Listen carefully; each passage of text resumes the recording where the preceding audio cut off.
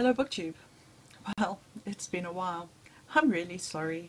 Unfortunately, I think the definition of adulting is leaving the fun stuff till last, and wow, I have been busy. This is the start of our academic year, which is always crazy busy. On top of that, I'm at a new school, so the system and what they want is different to what I'm used to doing.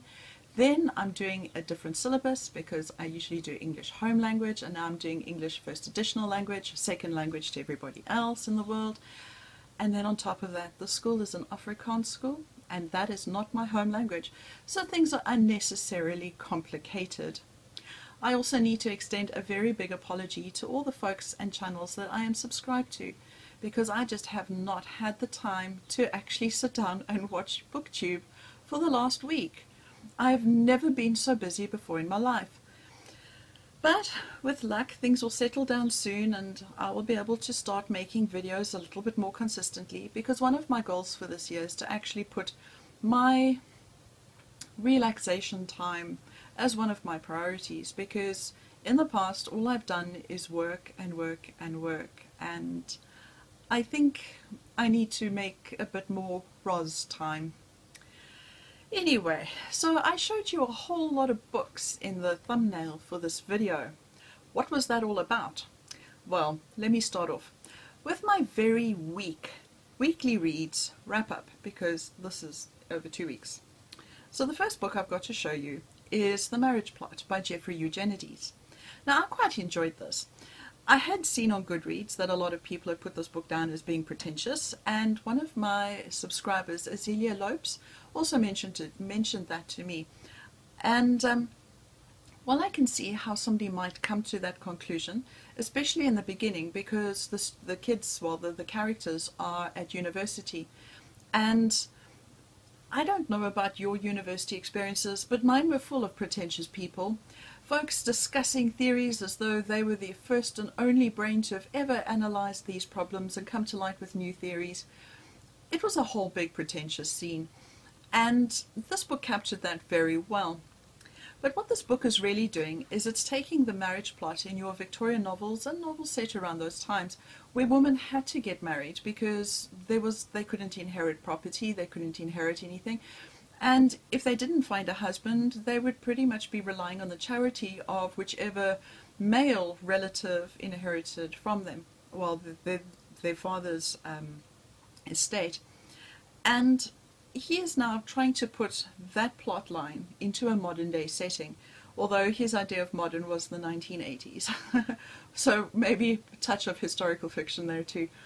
But I thought he did it really well, because he doesn't hide the fact that he's doing this. The one character, well, the protagonist in the novel, whose name I now cannot remember, she was also interested in studying the marriage plot in Victorian novels, so he's not hiding it at all. However, the story does look at more modern issues, mental health issues, spirituality and things like that. And I must admit that I found this quite a satisfying read in the end. I really like the way he finished the book. I think if he had chosen another way, it would have seemed a bit unrealistic. But I think the way he chose to end this worked very well.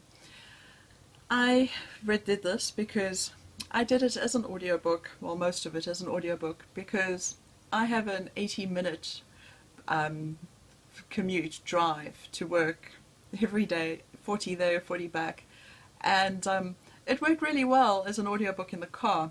However, I won't be doing that anymore, because I have now joined a lift club, which will be good for the environment, but not so good for my reading stats. Anyway, so that is what I have read in the last 2 weeks. Not so good, right? But always my January reading stats are always generally very low. Last year I only managed 4 books in the whole year, like in the whole month. So I've now also picked up The Lion and the Jewel by Wole. Soyinka. This is a play.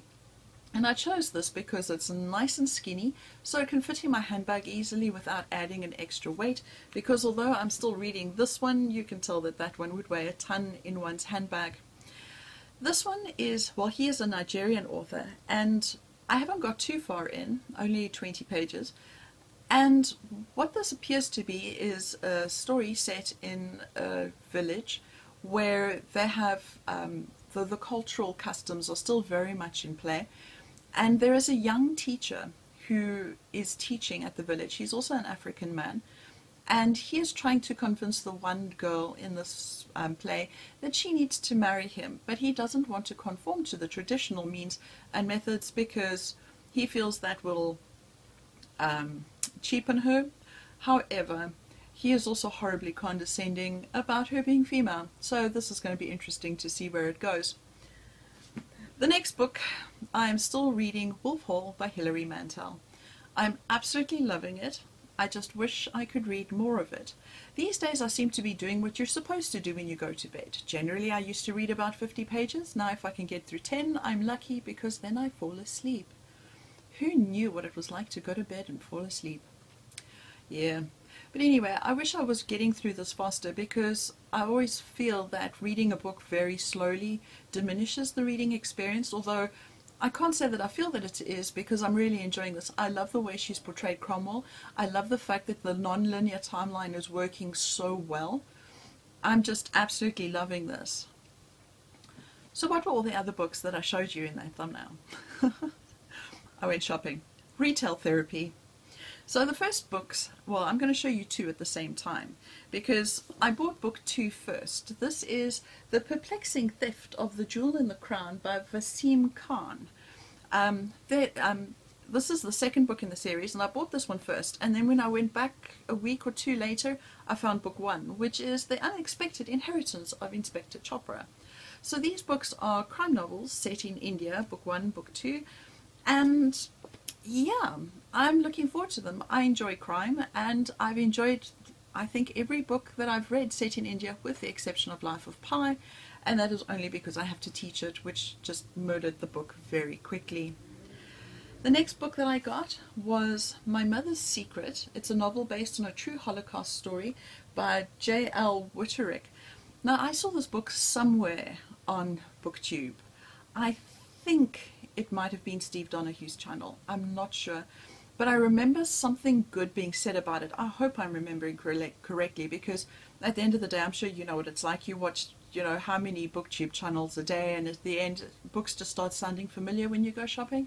But this one, I did look it up on Goodreads, and it looks like it's got really good ratings. So I'm looking forward to giving it a go and seeing what I think of it. Besides, there's nothing wrong with upping a bit of knowledge about what it was like in the Holocaust, etc. Not that I think that that is necessarily highly unknown. The next one I got was Hot Milk by Deborah Levy, or Levi, however you'd like to say it. This one was shortlisted for the Man Booker in 2016.